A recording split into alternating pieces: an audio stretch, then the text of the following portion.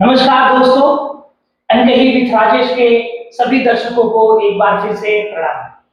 आज सफलता की राही में हम चर्चा करने जा रहे हैं सफलता के त्रिवेणी संगम इस विषय पर।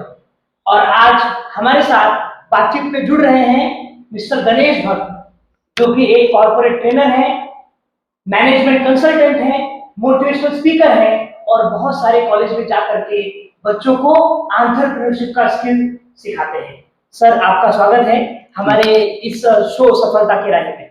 धन्यवाद। और सबसे पहले मैं चाहूंगा कि मैं आपको बधाइयां दूं कि आपने इतना बहुत ही बढ़िया एक उपक्रम स्टार्ट किया हुआ है, और वो भी आज महाशिवरात्रि के दिन, और आज जो पर्व है अमृत स्नान का आखिरी दिन महाकुंभ का, तो उसके लिए आपको बहुत बहुत बधाइयां, शुभकामनाएं।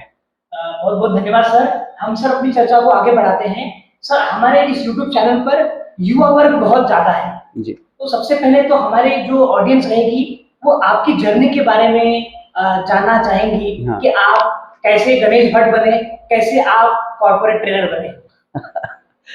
बहुत ही इंटरेस्टिंग चीज है, और आपने जो पूछा है ना, ये लाइफ की जर्नी जो होती है बड़ी यूनिक होती है।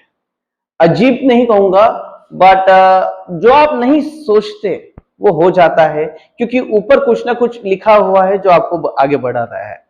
अब मेरा जन्म यहीं पर हुआ है, मेरी पढ़ाई भी यहीं पर हुई, स्कूलिंग यहीं पर हुई, कॉलेज भी यहीं पर हुई।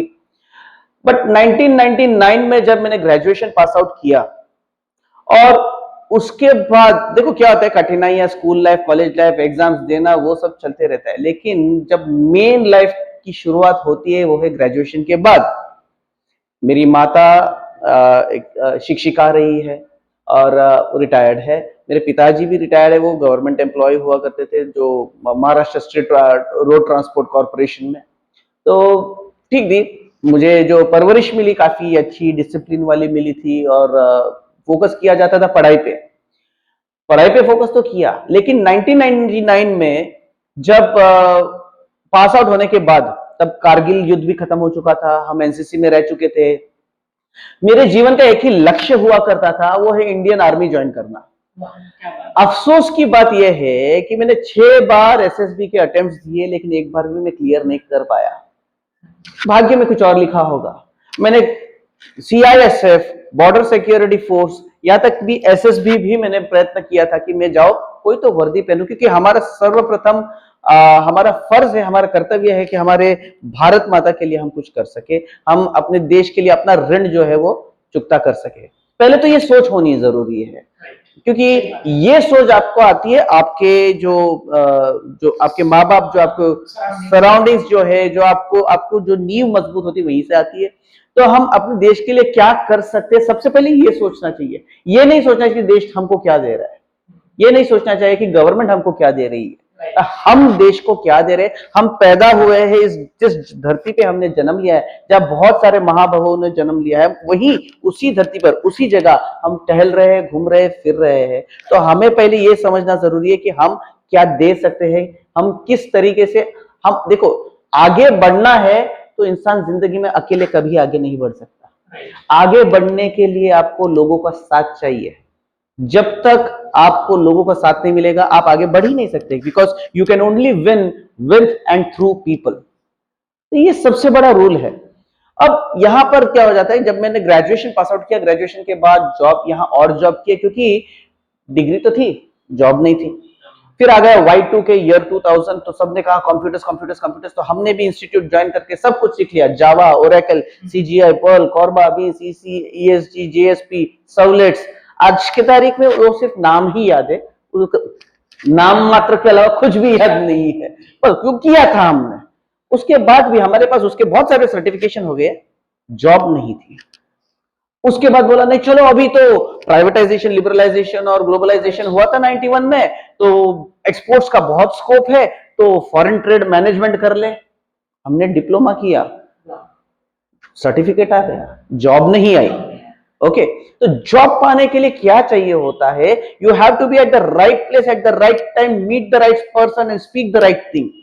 ये सबसे इंपॉर्टेंट चीज है, सही जगह पर, सही वक्त पर, सही इंसान से सही वार्तालाप करना जरूरी है, क्योंकि लक, ये जो फैक्टर है, लक का फैक्टर का मतलब ये होता है जहां अपॉर्चुनिटी को, when opportunity meets preparedness, opportunity है बट हम प्रिपेयर्ड नहीं है, प्रिपेयर्ड है पर अपॉर्चुनिटी नहीं है। तो अगर लक्ष्य चाहिए तो आपको अपॉर्चुनिटी और प्रिपेयर्डनेस दोनों की भी बहुत ज्यादा जरूरत है। तो ये चीजें थी। फिर जैसे तैसे थोड़े 1-2 साल ऐसे निकलते गए, उसके बाद मुझे बड़ा ब्रेक मिला, तो आई ज्वाइंड लाइफ इंश्योरेंस कंपनी, जहां पे मैंने अपना काफी समय निकाला। और अच्छी बात ये रही कि परफॉर्मेंस अच्छा था, वहां पर मुझे बहुत कुछ सीखने मिला था। कम्युनिकेशन स्किल्स, प्रेजेंटेशन स्किल्स, आप कॉन्फ्लिक्ट रेजोल्यूशन, पब्लिक के साथ जब हम बात करते हैं, कस्टमर सेंट्रिसिटी क्या होती है, लोगों को क्या चीज की जरूरत है, ये जानना बहुत जरूरी था। हाँ, था वो इंश्योरेंस का फील्ड। फिर सेल्स से ट्रेनिंग, ट्रेनिंग से स्ट्रेटेजिक इनिशिएटिव्स में जाने के बाद 2009 में ये हुआ कि भैया लेमन ब्रदर्स की वजह से अमेरिका में जो रिसेशन आया था 2008 में, तो उस 2007 में, तो उस वक्त 2008 के दौरान, 8-9 के दौरान ना ये हो गया कि ले ऑफ्स होने चालू हुए। मेरे टीम में से आधी टीम मेरी खत्म हो गई। तो मैंने अपने बॉस से पूछा, सुमित, कल सवेरे हमारा क्या होगा? एचआर वाला आकर हमें हाथ में नारियल दे देगा, बोलेगा कल से आपकी जरूरत नहीं है, धन्यवाद, राइट? तो मुझे मेरे बॉस, एक चीज मैं कहूंगा, आपका कैसे लोगों के साथ उठना बैठना है, आपकी कैसी संगत है और आपको कैसे बॉस मिलते हैं, ये आपका तकदीर बनाता है। जो लोग आपको सही मायने में मिलेंगे बहुत अच्छे, वो आपकी तकदीर बना सकता है। यदि आप गलत संगत में रहे तो वो तकदीर बिगाड़ भी सकता है। सर, आपने अपने बात में कहा कि आपके पास डिग्रियां तो थी, हाँ, सर्टिफिकेट तो आ रहा है, हाँ, पर जॉब नहीं मिल रहा है। क्यों? तो उसका क्या रीजन आपको लगता है कि Correct. हमारे लोगों के पास में सर्टिफिकेट है पर जॉब नहीं है? सर्टिफिकेट है, जॉब नहीं है, उसका सिंपल रीजन है स्किल्स नहीं है। और जब हम बात करते हैं स्किल्स की, तो सबसे इंपॉर्टेंट स्किल है वो है कम्युनिकेशन स्किल। आज आप देखोगे ग्रेजुएट्स है, लेकिन वो ढंग से एक लेटर ड्राफ्ट नहीं कर सकते, इंग्लिश पढ़ नहीं सकते। इंग्लिश छोड़िए, आप उनको प्रादेशिक हमारी कोई भी भाषा में लिखने को कहिए, वो भी ढंग की नहीं लिख पाते हैं। बेसिक जो है वही नहीं है क्लियर, तो आप क्या उम्मीद रखते हैं कि आगे क्या होगा? क्योंकि देखिए, जॉब मिलना अलग बात है, ओके, और ये कहते हैं कि भाई काबिल बनना वो बहुत बड़ी बात है। सो जॉब तो बहुत, लोग बोलते जॉब नहीं है, जॉब तो बहुत है, पर क्या हम काबिल है उस जॉब के? सर, आज का जो हमारा विषय है सफलता का त्रिवेणी संगम, तो सबसे पहले तो आज आप हमें ये बताइए कि सफलता का त्रिवेणी संगम क्या है, इसके अंदर ऐसे कौन कौन से तत्व आते हैं जिसे हम लोग जिस संगम में स्नान करेंगे और हम सफल हो जाएंगे। जैसे हम कहते हैं कि त्रिवेणी संगम है और आज अमृत स्नान का समय है, यहाँ सबसे इंपॉर्टेंट चीज आती है, लेट्स अंडरस्टैंड कि त्रिवेणी संगम किसका है? गंगा जी, यमुना जी और सरस्वती जी। सबसे पहली चीज मैं कहूंगा सरस्वती जी के बारे में। सरस्वती जी जो है विलुप्त हो चुकी है, अदृश्य हो चुकी है, दिख नहीं रही है, जमीन के नीचे से है, सब सही है। सरस्वती जी क्या दर्शाती है? सरस्वती जी देवी है विद्या की, या ये कहे कि वो नॉलेज की देवी है। अब जब हम देवी की बात करते हैं, नॉलेज की, नॉलेज इज द की, लेकिन नॉलेज विलुप्त हो चुका है। नॉलेज लोगों के पास बहुत है, ज्ञान बहुत है, सज्ञान नहीं है, ये इंपॉर्टेंट है। सज्ञानता की जरूरत है। मुझे पता है कि यहां पर कुछ करने से मेरा ये हो सकता है, लेकिन हम करेंगे नहीं, हम हमारे कंफर्ट जोन में रहेंगे, हम कंफर्ट जोन से निकलेंगे नहीं। अगर मुझे शारीरिक क्षमता अपनी बढ़ानी है, फिजिकली फिटनेस रखनी है, मुझे सवेरे उठना पड़ेगा, मुझे सवेरे जिम जाना पड़ेगा, या रनिंग करनी होगी, योग करना होगा, या एक्सरसाइज करनी होगी, जरूरी है। लेकिन मुझे पता सब कुछ है, करेगा कोई नहीं, मुद्दा यह है। अब जब ये बात आती है तो ऊपर वाला भी आ जाए। देखिए, दो बात होती है, स्किल इशू और विल इशू। जहां स्किल इशू है वहां पर आप सीख के आगे बढ़ सकते हैं, जहां पर विल इशू है वहां ऊपर वाला भी आकर आपको नहीं बदल सकता, क्योंकि आपकी इच्छा शक्ति ही नहीं है उस काम को करने के लिए। तो ये बात हो गई सरस्वती जी। तो सरस्वती जी क्या रिप्रेजेंट करती है? हमारा नॉलेज। और नॉलेज जो है वो ज्ञान जो है, नॉलेज बहुत है बट नॉलेज जो है ना वो पावर नहीं है। Implied knowledge is power, implementation बहुत ज्यादा जरूरी है। दूसरी बात करते हैं हम, वो है गंगा मैया की। अब गंगा मैया क्या दर्शाती है? निर्मलता, प्योरिटी, हमारे सारे पाप धुल जाते हैं, ओके। तो जब गंगा मैया की जो क्वालिटीज है, वो क्वालिटीज क्या है? हमारे लाइफ के core values, honesty, integrity, transparency. जब आपके पास ये तीन चीजें होगी, आप पाप नहीं करोगे, गलत काम नहीं करोगे, आपको गंगा जी में डुबकी लगाने की जरूरत नहीं है। आपके ऑलरेडी सारे पाप धुल चुके हैं, क्योंकि आप ऑनेस्ट है। ऑनेस्टी का मतलब हो जाता है आप सच्चाई के साथ चल रहे हो। इंटीग्रिटी का मतलब होता है कि भाई आप जो है किसी के साथ कोई गड़बड़ नहीं कर रहे हो। और जब हम बात करते हैं ट्रांसपेरेंसी, यानी पारदर्शिता है, जब हम जो भी कह रहे हैं ब्लैक एंड व्हाइट में है, वो है। तो ये हो जाती है गंगा जी की क्वालिटीज। तो ये सारी चीजें होनी जरूरी है। हमारी लाइफ में कोर वैल्यूज नहीं है, हम कुछ भी काम करेंगे, बेईमानी करेंगे, लोगों के बारे में गलत सोचेंगे, गलत बोलेंगे। हम जो कहते हैं दूसरों के बारे में, जब हम एक उंगली सामने रखते तीन अपने पास आती है।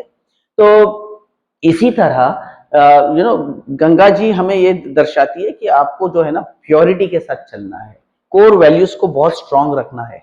अब बात करते हैं यमुना जी की। सर मैं एक क्वेश्चन पूछना चाहूंगा, सॉरी इंटरव्यू आप ले रहे हैं, लेकिन मैं क्वेश्चन पूछना चाहूंगा, क्या आप यमुना जी में, दिल्ली में हिम्मत करेंगे उसमें उतरने की? बिल्कुल नहीं सर। क्यों? बहुत गंदगी है वहां पर। इसी तरह सर ये सोचिए कि गंगा जी में, सॉरी यमुना जी में बहुत गंदगी है दिल्ली की तरफ, लेकिन वो बहते बहते बहते जब वो प्रयागराज पहुंचती है और वहां संगम में मिलते हैं, हम खुशी खुशी डुबकी लगाते हैं। क्यों ऐसा? इसका रीजन एक है, वो इसलिए क्योंकि यमुना जी जो है वो डिटर्मिनेशन, डेडिकेशन और एफिशिएंट एक्शन की देवी है। वो बहते जा रही है, बहते जा रही है, तो अपनी गंदगी जो साफ होते जा रही है उसमें से। सो हमारा डिटर्मिनेशन, हमारा डेडिकेशन, अथाक परिश्रम जो हम कह रहे हैं, उस पर हमें फोकस करना पड़ेगा। ये तीनों का कॉन्फ्लुएंस जो है वो त्रिवेणी संगम कहलाता है। अब मेरी बात छूट गई थी, जैसे मैंने बोला था मेरे बॉस को कि बॉस मेरे हाथ में नारियल दे दिया जाएगा, मैं जॉब छोड़ दूंगा, क्या करूंगा? तब वो पावर ऑफ एसोसिएशन, यमुना रानी जो क्या है, यमुना जी कहते हैं, सॉरी यमुना जी के बारे में कहा जाता है कि आप जब देखो दिल्ली में गंदी थी यमुना जी, आप उसमें नहीं उतर रहे हो, लेकिन जब आप त्रिवेणी संगम पे पहुंच रहे हो तब जो है आप उसमें उतर रहे हो, जिसका मतलब है कि पावर ऑफ एसोसिएशन कितना स्ट्रांग है, और वो पावर ऑफ एसोसिएशन होना चाहिए। तो आपके बॉस कैसे है, आपके दोस्त, आपकी संगत, आपके जिन लोगों के बीच में आप रह रहे हो, अच्छा हम माँ बाप को, फैमिली रिलेटिव्स को बदल नहीं सकते, लेकिन अपने दोस्त को जरूर हम इंप्रूव कर सकते हैं। मेरा कहना ये नहीं है कि हम हमारे पुराने दोस्तों को भूल जाए, बट उन लोगों को सिलेक्ट कीजिए जो आपके साथ आगे जा रहे हैं, जो आपको आगे बढ़ा सकते हैं, जो आपको चैलेंज कर सकते हैं। इसी तरह मैं ये कहता हूं, जैसे मेरे बॉस को मैंने बोला कि अब क्या करें, तो उन्होंने पूछा Ganesh what's in your mind, तुम क्या सोच रहे हो? मैंने बस अपना कुछ तो फॉल बैक, अपना कुछ तो कॉन्टिजेंसी प्लानिंग, कुछ तो सेफ्टी नेट रखनी पड़ेगी। और तभी मैंने 31 मई 2009 को अपनी कंपनी हमारे मैनेजिंग डायरेक्टर मिसेस रचना शर्मा जी के साथ लॉन्च की, जिसका नाम है R&G institute of professional training private limited. तब हम सिर्फ 2 ही लोग थे। धीरे धीरे धीरे बोलते ना, हम विश्वास के साथ चले थे अपने मंजिल की तरफ, विश्वास के साथ चले थे हम अपने मंजिल की तरफ। जो रास्ता भूल गया तो दिशाएं बदल गई। उसी तरह आप जब अपने तरीके से आप आगे बढ़ रहे हो, आपको रास्ता कहीं ना कहीं से राइट डायरेक्शन मिल ही जाएगा। तब हम लोग सिर्फ 2 ही लोग थे। और मजे की बात यह है राजेश जी की, जब हम आगे बढ़े, हम लोग ने विजन रखा था कि 2022 में ग्लोबल प्लेयर बनना है, to be a global player in professional training. अब कैसे होगा, क्या होगा, कुछ पता नहीं। ओके, सपने बड़े थे, बट सपने जो है, dreams have a crazy way of coming true, कैसे सच होगा पता नहीं। 2020 में लॉकडाउन हो गया, सारे लोगों की जो है लुटिया डूब गई, तो हमने बोला अब हमारा क्या होगा, लेकिन वो हमारे लिए टर्निंग पॉइंट था।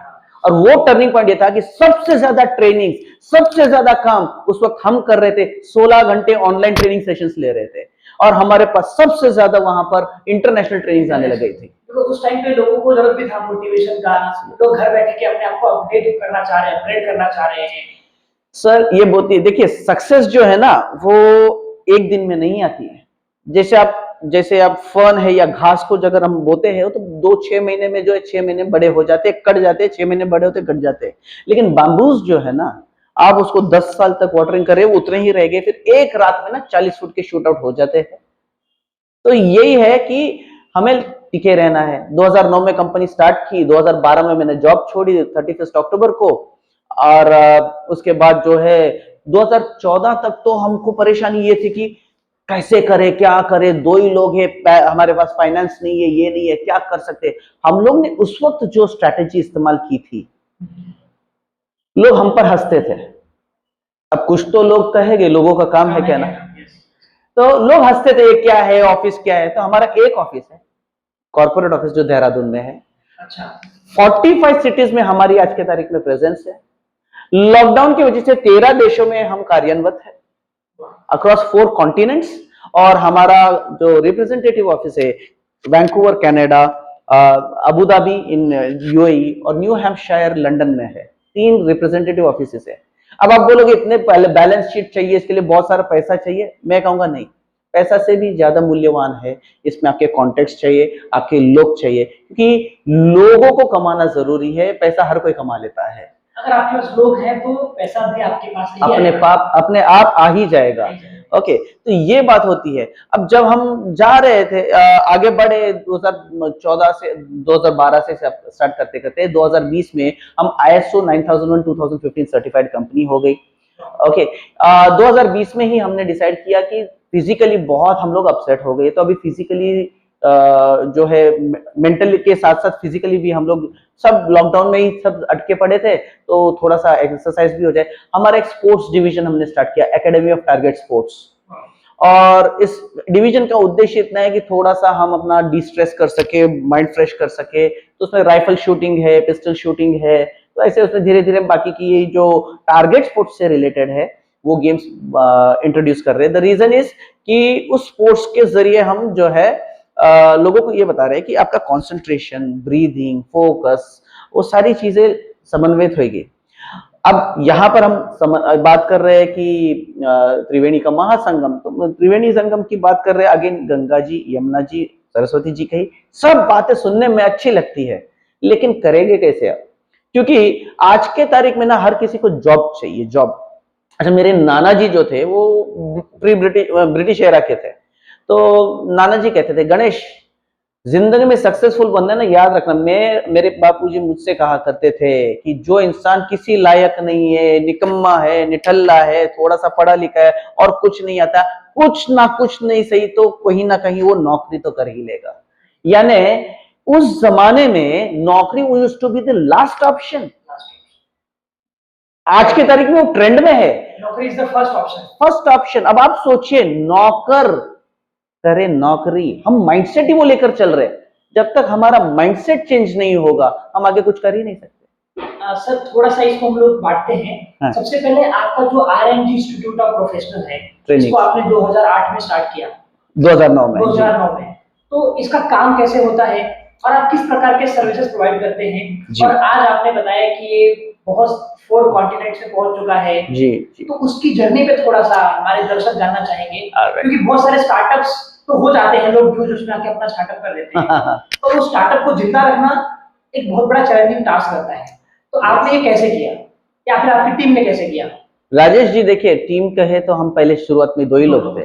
हम लोग ने स्टार्ट किया था कि हम कहीं ना कहीं करियर काउंसलिंग और बच्चों का जो है career development program, skill development पे हमारा फोकस पहले से ही स्किल डेवलपमेंट रहा है। ये तो हम 2009 से बात करते आ रहे हैं। वो तो 2014 में नरेंद्र मोदी जी की जब सरकार आई तब उन्होंने स्किल डेवलपमेंट पे फोकस किया। वो 2014 में उन्होंने फोकस किया, तो हम तभी सोचे कि भाई हम सही जा रहे हैं। अगर देश का प्रधानमंत्री यही सोच रहा है जो हम सोच रहे हैं, that means we are at right direction. तो हमारी सोच पहले होनी चाहिए, यूनिक होना बहुत जरूरी है, हम क्या करने जा रहे हैं। तो हमने डिसाइड किया था कि हम सर्टिफिकेशंस करेंगे, लोगों को स्किल डेवलपमेंट करेंगे, ट्रेनिंग्स ही देंगे, क्योंकि वो हमारा फोर्टे है। ओके, तो जब जैसे मैंने कहा कि मैं 6 बार SSB दी, आर्मी में सिलेक्ट नहीं हुआ, तब मैंने डिसाइड किया कि it's better to be a good trainer than to be a bad soldier. Okay, so हमारी जो क्वालिटी है हम उसको चले, हमारी जो स्ट्रेंथ है उस पर फोकस करें। तो स्ट्रेंथ तो यही थी कि हम ट्रेनिंग अच्छी दे सकते। आज बड़ा अच्छा लगता है कि हमारी कहने पर, हमारे काउंसलिंग पर, हमारे ट्रेनिंग देने से आज काफी सारे लोग, काफी सारे ऑर्गेनाइजेशंस में अच्छे पोजीशन पे काम कर रहे हैं। कुछ लोगों ने अपना अच्छा बिजनेस सेटअप किया है। एज अ मैनेजमेंट कंसल्टेंट अब तक 218 लोगों का बिजनेस सेटअप किए हैं। लोग बिजनेस करना चाहते हैं बट उनको तरीका, जरिया नहीं मिलता है। उन लोग की सोच जो है एकदम लिमिटेड सोच होती है कि भाई कोई तो ऐप आ गया तो हम भी ऐप डेवलप कर ले। हर कोई जो है ना भेड़ चाल चल रहा है, कोई अलग नहीं है। 3 तरह के लोग होते हैं। देखिए, एक वो जो लीडर होता है, जो आगे बढ़ता है, जो लोगों को आगे बढ़ाता है। दूसरा होता है फॉलोअर, जो उसके पीछे पीछे जाते हैं। और तीसरा जो होता है वो होता है एक्सप्लोरर। तो यदि किसी को बिजनेस में उतरना है, स्टार्टअप करना है, सफलता पानी है, तो पहले तो एक्सप्लोरर करना पड़ेगा। जो मुझे याद है कि हरिवंश राय बच्चन जी की एक कविता है, ओके, कोशिश करने वालों की हार नहीं। उसमें जो आखिरी की पंक्तियां है वो कहती है कि असफलता एक चुनौती है, स्वीकार करो, क्या कमी रह गई है देखो और सुधार करो, जब तक न सफल हो नींद चैन की त्यागो तुम, संघर्षों का मैदान छोड़ मत भागो तुम, बिना कुछ किए ही किसी की जय जयकार नहीं होती, कोशिश करने वालों की हार नहीं होती। बट यही चीजें लोग कोशिश करते कितनी मर्तबा, 1 2 3 हो गया, हमसे ना हो पाई, पब्लिक यहीं पर थक जाती है। अथाक परिश्रम, तो यमुना जी की जो मैंने आपको क्वालिटी बताई, वो अथाक परिश्रम करना पड़ेगा। 2009 में 2 लोग मिलके हम लोग ऑफिस स्टार्ट कर रहे हैं। हमारा ऑफिस, हम लोग उस वक्त SOHO, small office, home office कहते थे, लोग हंसते थे। लेकिन जब लॉकडाउन हुआ, दुनिया जो है उसको वर्क फ्रॉम होम कहने लग गई। जो दुनिया सोच रही है आपको उसके परे 10 साल पहले सोचना पड़ेगा। ओके, तो हम उस वक्त स्टार्ट किए थे। तो हम लोग ने स्टार्टिंग की थी विद सर्टिफिकेशन, फिर हम लोग बच्चों को सिखाते थे, फिर हमने देखा उसमें और डेवलपमेंट किस चीज की जरूरत है, फैकल्टी डेवलपमेंट प्रोग्राम्स की जरूरत है, पेरेंटल कोचिंग की जरूरत है। फिर हमने कॉर्पोरेट में एंट्री की। कॉर्पोरेट में क्या है, तो soft skills, behavioural skills, management skills, technical skills, knowledge based training, motivational skills, उसके साथ साथ सेल्स ट्रेनिंग, इंडक्शन ट्रेनिंग, बहुत सारे ट्रेनिंग्स होते हैं। हमें तब पता चला कि यार ये तो बहुत बड़ा समंदर है, इसमें तो गोते लगाते रहना है हमें। क्यों? क्योंकि आज के तारीख में हमारे पास डिग्री धारक एम्प्लॉयज बहुत सारे हैं, लेकिन स्किल्ड एम्प्लॉयज नहीं है।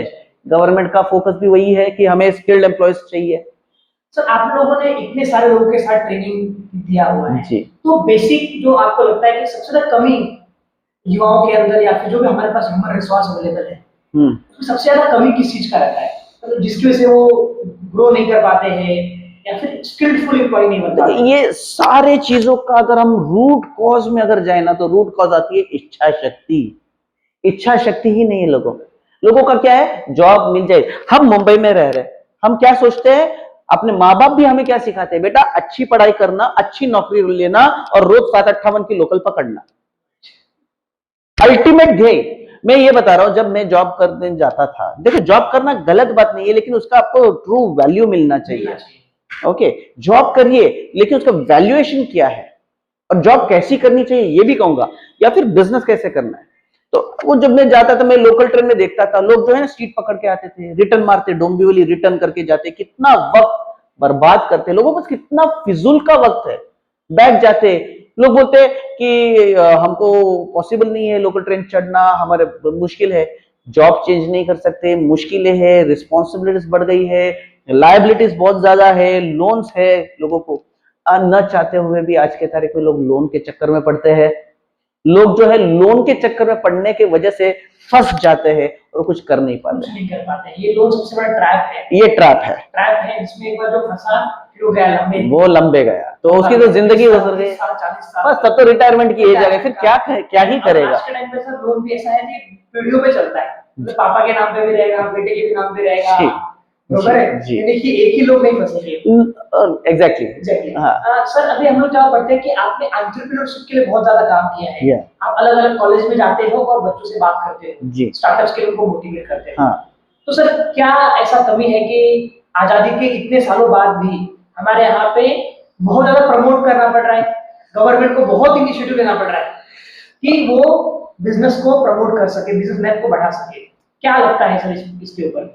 इसका सीधा सा जवाब है, कुछ लोगों को बुरा लगेगा, मैं क्षमा चाहूंगा, लेकिन इसका सीधा सा जवाब है, हमारे डीएनए में ना गुलामी की मानसिकता आ गई है। आज हम देखेंगे तो हम हर किसी को जॉब करने आसान कैसे है। इंसान अगर कहा जाए, ह्यूमन बीइंग एक सबसे ज्यादा लेजी एनिमल है, सोशल एनिमल, सबसे ज्यादा लेजीएस्ट कहूंगा। आज अगर आपको या मुझे नौकरी करने की जरूरत ना हो, सॉरी पेट का सवाल ना हो, अगर हमें घर का सवाल ना हो, कुछ ना, आप क्या करते बताओ? हम भी किसी बंदर की तरह किसी पेड़ पे बैठे होते हैं, लटके हुए, कुछ नहीं कर रहे होते। ये कपड़े पहनने, ये सब क्या जरूरत है? सोशल, हम सोसाइटी में आए इसके लिए किया, वरना तो ये भी जरूरत नहीं थी ना। तो कहने का मतलब ये है कि हम जो है लेजिएस्ट पीपल है। लेकिन प्रॉब्लम यह है हिंदुस्तान के अंदर कि हमारे पास गुलामों की मानसिकता आ गई है, हम खुद का कुछ नहीं करना चाहते। लेकिन अगर कोई कर रहा है ना, बोलेगा अरे ये तो पानीपुरी खा रहा, पानीपुरी बेच रहा है, ये दिन एक टाइम में देखो इसने तो 5 प्लेट पानीपुरी दे दी, 2 मिनट के अंदर 5 प्लेट हो गया। कैलकुलेशन करना चालू कर दे भाई, वो कर रहा है तुम नहीं कर रहे हो। सबसे बड़ा कैलकुलेशन तो यही है कि कर रहा है। मराठी में कहावत है, केल्याने होता है आधी केलेचे पाहिजे। करने से ही होता है, काम करना जरूरी है। यदि स्वर्ग देखना है तो मरना जरूरी है। क्या बात है, सही बात है। तैयारी है, इनकम के को हम लोग कैलकुलेट कर रहे हैं।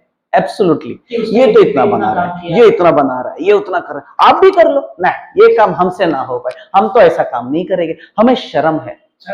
और इतना आसान नहीं सर, किसी भी चौराहे पे जाके पानीपुरी का ठेला लगाना और लोगों को पानीपुरी। कॉलेज के दिनों में हम एनसीसी में थे, तो एनसीसी में रहने का एक सबसे बड़ा फायदा यह है कि आपको अच्छा एंटरप्रेन्योर बनाता है, क्योंकि आपकी शर्म भया सब हटा देता है। ओके, तो हमको ऐसा मिलता था तो बोलो चलो रास्ते के ऊपर पेंटिंग करने में बैठ जाओ, डिवाइडर मिल जाता था, और हमको तो 20 रुपए से मिल जाते थे। यार इतना काम करने कर लोगे, कर लेंगे, हम लोग कर भी लेते थे। मेरे चाचा की प्रेस में जॉब हुआ करती थी। हिंदुस्तान का दूसरे नंबर पे सबसे पुराना प्रेस है जो कल्याण में ही है, खेमराज श्री कृष्णदास प्रेस। तो मेरे चाचा वहां काम करते थे। बोलते संडे के दिन में कॉलेज में था, तो संडे के दिन छुट्टियां होती थी। पापा चाचा बोलते थे क्या कर रहा है, आजा इधर, अपने को लोडिंग अनलोडिंग करने जाना है, अंजूर फाटा जाना है। मतलब ठीक है, मैं जाता था ट्रक के अंदर, वो मैं पूरे कार्टन जो है लोडिंग अनलोडिंग फॉर बिल्टी क्या होती है, तब मैंने प्रैक्टिकली जाना। क्यों? क्योंकि कॉलेज में जो हमें सिखाया जाता है वो थियोरेटिकल है, वो लिफो फीफो कंफ्यूजन हो जाता था। अब वो जो प्रैक्टिकली मैं गया वहां पर, और जब मैंने सब वो वेयर हाउसेज में देखे कि यार ये होता है, अच्छा ये है लिफो, अच्छा ये है फीफो, अच्छा इन चीजों का फीफो होता है, इन चीजों का लिफो होता है, तब मुझे पता चला कि ये first in first out, last in first out, फिर वो बिल्टी क्या होता है, किस तरह से होता है, तो पता चल जाता है। और इसीलिए मैं सराहना करना चाहता हूं हमारे गवर्नमेंट की न्यू एजुकेशन पॉलिसी को। I salute you from the bottom of my heart कि उन्होंने वहां पर प्रैक्टिकल, इंटर्नशिप, प्रैक्टिकलिटी, सर्टिफिकेशन बहुत ही मायने रखता है। इन सारी चीजों का उन लोग ने इन्वॉल्वमेंट रखा हुआ है, इंक्लूड किया हुआ है। और जैसे मैं कहूं, सफलता के लिए आपको 2 चीजों की जरूरत है। एक, ये तो संगम महासंगम हो गया, लेकिन वो सब करने के लिए सबसे इंपॉर्टेंट चीज आप बताओ, आपके सामने भगवान आ जाए, कोई भी मोटिवेशनल स्पीकर आ जाए, आप सक्सेसफुल हो गए या नहीं हो गए? मेरा जवाब है नहीं हो गए। क्यों नहीं हो गए? बिकॉज वो तो मोटिवेशन करके चला गया, हम वापस घर पे जाकर सो गए। एक्ट करना जरूरी है। तो मोटिवेशन जो है ना, कुछ लोग उसको वेरिएशन में रखते हैं 1% टू 10% के बीच में, जो सक्सेसफुल होते हैं। मैं कहता हूं मोटिवेशन का फैक्टर केवल 3% है।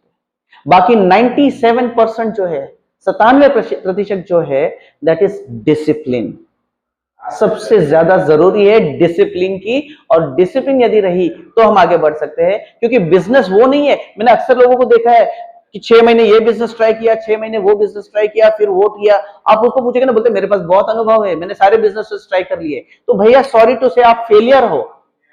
आपने एक ही जगह पर लगातार हिट करते रहे, वो काम करते रहे, वो कहां पर प्रॉब्लम्स है, वो कैसे हो रहा है, वो सारे वर्कआउट कर रहे हो, तभी आप जो है उसमें सक्सेसफुल हो गए।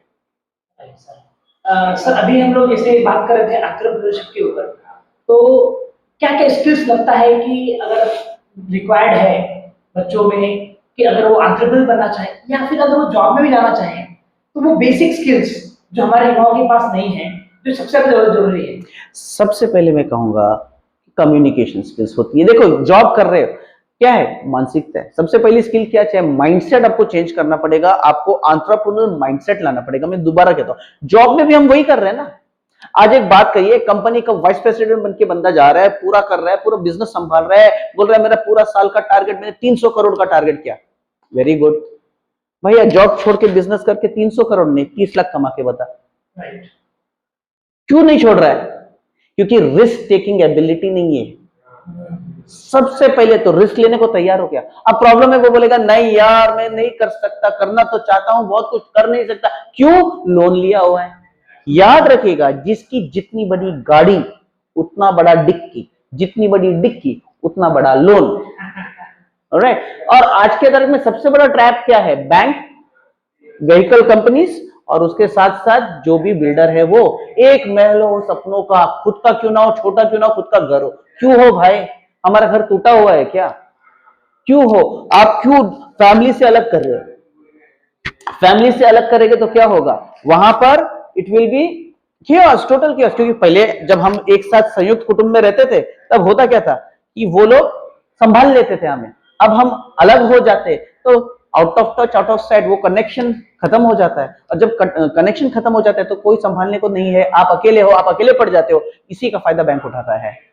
सर आपने बीच में बात किया था एकेडमी ऑफ टारगेट स्पोर्ट्स। जी, आप बच्चों को राइफल ये सब सिखा रहे हैं। आई थिंक ये सबसे इम्पोर्टेंट चीज है, क्योंकि आजकल के जो बच्चे हैं वो इंडोर गेम्स में ही ये हैं। इंडोर गेम्स मतलब कि वो मोबाइल के आदी हो चुके हैं, बिल्कुल बराबर है।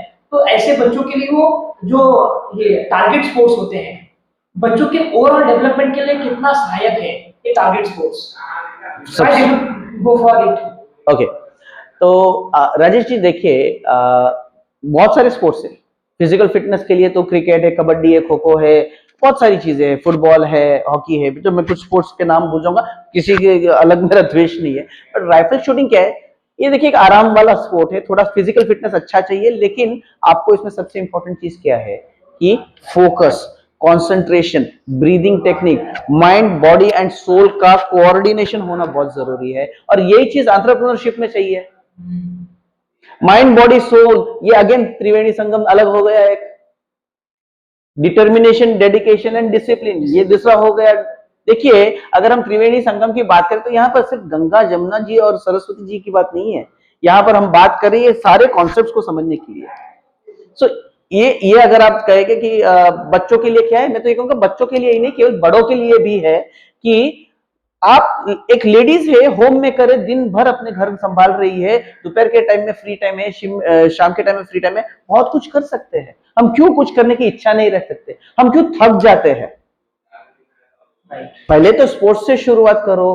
कोई रनिंग में चले जाओ, मैराथन में चले जाओ, कोई और दूसरे कोई स्पोर्ट्स में चले, बैडमिंटन में चले जाओ। राइफल शूटिंग क्या है? थोड़ा आराम वाला गेम है, 1-1.5 घंटा प्रैक्टिस करिए। आप सोचिए 62 साल की उम्र में प्रकाशी तोमर जी और उनकी बहन ने मिलकर राइफल शूटिंग स्टार्ट की थी 62 की एज में। ओके, और वो काफी सारे नेशनल अवार्ड्स वगैरह जीत चुके हैं, जिनके ऊपर एक मूवी भी बनी है, सांड की आंख, बुलजाई। राइट। तो आप देखो कि उस उम्र में अगर कर सकते तो हम इतने बूढ़े तो नहीं हो गए, हम इतने लाचार तो नहीं है। राइट। बच्चों को आप क्या सिखा रहे हो? देखो मुझे, मेरे पास बहुत सारे बच्चे पेरेंट्स आते हैं, बच्चों का काउंसलिंग करना है। मतलब बच्चों से पहले मैं आपका काउंसलिंग करना चाहूंगा। माँ बाप तो दिखाए कि वो एंटरप्रेन्योर है, तभी तो बच्चा सीखेगा। माँ बाप ने जिंदगी भर क्या किया है? जॉब की है। वो बच्चे को क्या बोलता है? अच्छी नौकरी, अच्छे से पढ़ाई करेगा बेटा, अच्छी नौकरी मिलेगी। हाँ, बस उसके जीवन में पहले से बीज डाल दिया। बच्चा बड़ा होकर, एग्जैक्टली राजेश जी, बच्चा बड़ा होकर क्या, छोटा जब होता है तब क्या कहते हैं? Office office. क्यों? एक बिजनेसमैन का बच्चा क्या सोचता है? अपन ये बिजनेस स्टार्ट करेंगे, ये स्टार्टअप करेंगे, मैं ये करूंगा, वो करूंगा, ये टेक ओवर करूंगा। लेकिन एक जॉब का एम्प्लॉय का बच्चा क्या सोचता है? ऑफिस ऑफिस खेलता है, सवेरे जाना, रात को आना। अभी देखो माइंडसेट कैसे चेंज है, एम्प्लॉय माइंडसेट और एम्प्लॉयर माइंडसेट। एम्प्लॉय क्या बोलते हैं? हम इतनी मेहनत करते, हमारे पैसे पे जो है वो ऐश करते और क्रूज पे जाते हैं। अब एम्प्लॉयर माइंडसेट सोचिए कि वो क्रूज पे जा रहा है, वो वहां पर जकूजी में बैठ के वो वहां क्या कर रहे हैं? Networking, power of networking. If you network nothing else matters, if you don't network nothing else matters. वो नेटवर्किंग कर रहा है, और नेटवर्किंग जब वो करता है वहां वो बोलते हैं hello sir, how are you, where are you from, क्या कर रहे हो, आपका कौन सा बिजनेस है। वो वहां पर नेटवर्किंग करते हैं, नया कॉन्ट्रैक्ट लेके आते हैं, और जब वो वापस आते हैं, okay guys I have got news for you, हमारे पास एक नया ऑफशोर कॉन्ट्रैक्ट आया है, सबको सैलरी बढ़ेगी, प्रमोशन बढ़ेगा, ये होगा, तब सब लोग तालियां बजाते हैं। ये टिपिकल माइंडसेट है। One of my sir used to say कि अगर आप कल्याण से सीएसटी जाते हो, बिल्कुल, so every day at least 3 to 4 contacts आपके मोबाइल में ऐड होने चाहिए। बिल्कुल। पर अभी आज के टाइम पे लोग ट्रेन में भी कुछ बातें नहीं कर रहे दूसरे से, हेडफोन और ये मोबाइल देख रहे हैं। बिल्कुल। आपने बोला कि जो बिजनेसमैन लोग होते हैं, जो एम्प्लॉयर है, वो छुट्टी पे भी जाता है, तो भी अपना पूरा शेड्यूल फिक्स करके आता है कि इन माय एब्सेंस बिल्कुल 1 वीक में क्या काम होने वाला है, who will report to daily, and वो अपने बिजी शेड्यूल में भी टाइम निकाल के अपने बिजनेस को देता है। सर इसके लिए मैं आपको एग्जैक्टली कहूंगा कि जो एंटरप्रेन्योर है ना वो भी हमारे सोल्जर की तरह है, always on duty. Always on duty. वो कभी नहीं छुट्टी में नहीं, वो छुट्टी पे कभी नहीं रहता, छुट्टी पे होता ही नहीं है। तो 24 घंटे 365 दिन he is in the business mode.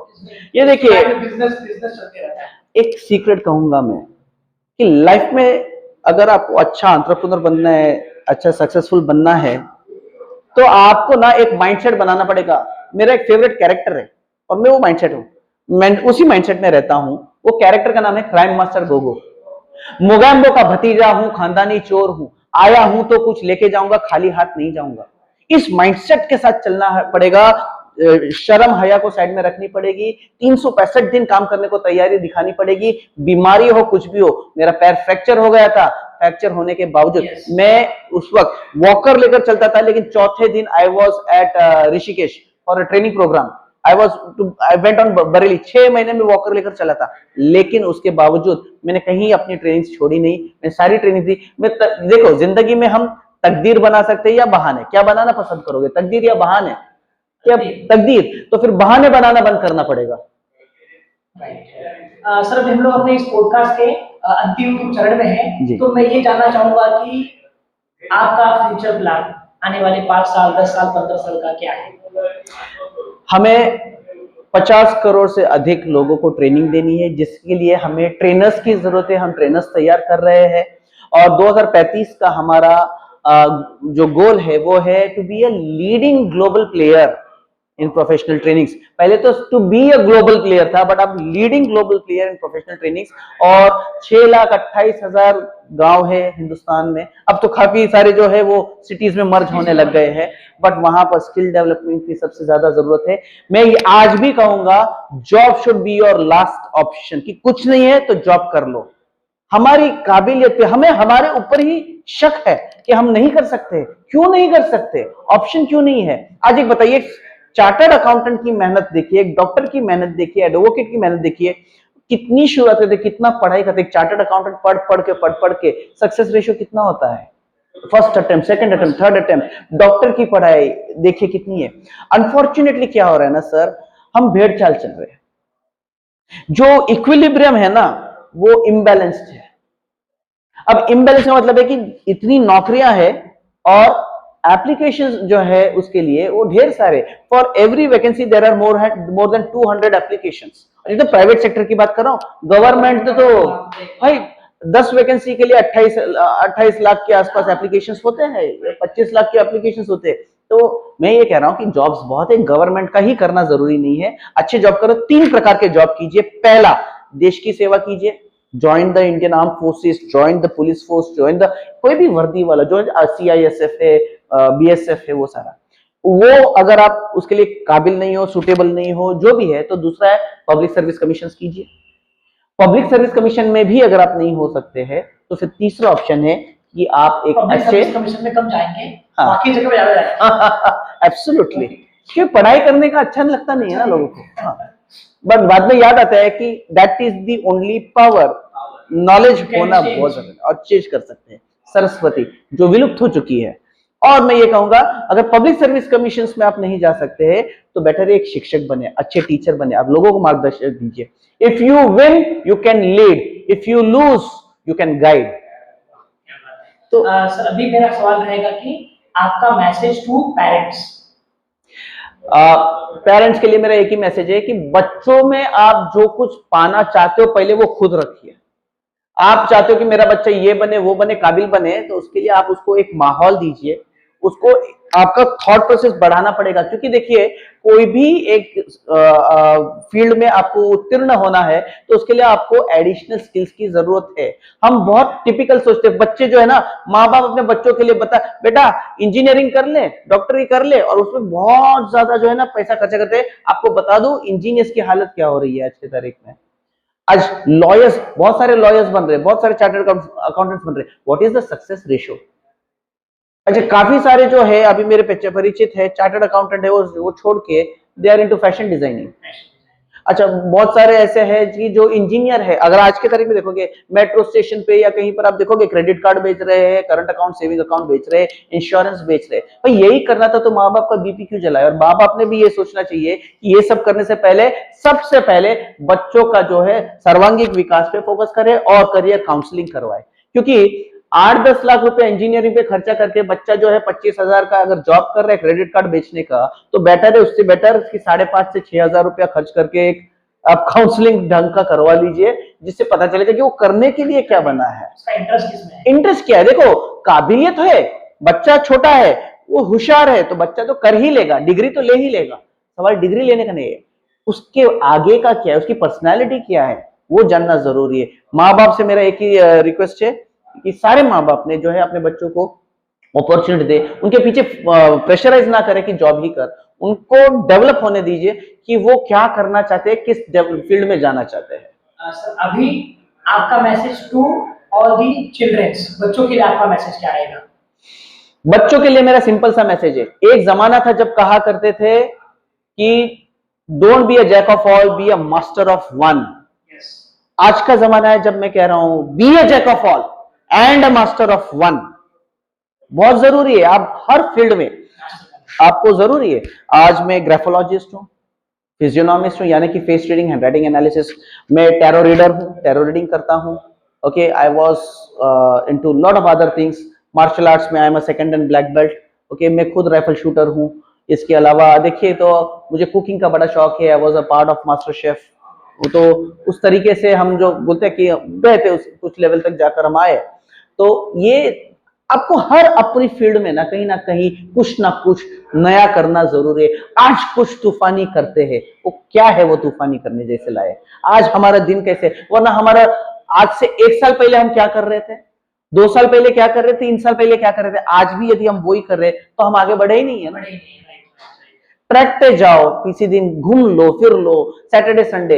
हम माँ बाप सोचते कितना पैसा जा रहा है, पैसा नहीं है, उसका डेवलपमेंट के पीछे वो इन्वेस्टमेंट है जो आपको बहुत ज्यादा रिटर्न्स देगा। बहुत बहुत धन्यवाद सर, यहाँ पर रुकते हैं और मैं अपने दर्शकों से ये उम्मीद करूंगा कि उनको आज का ये वीडियो अच्छा लगा होगा।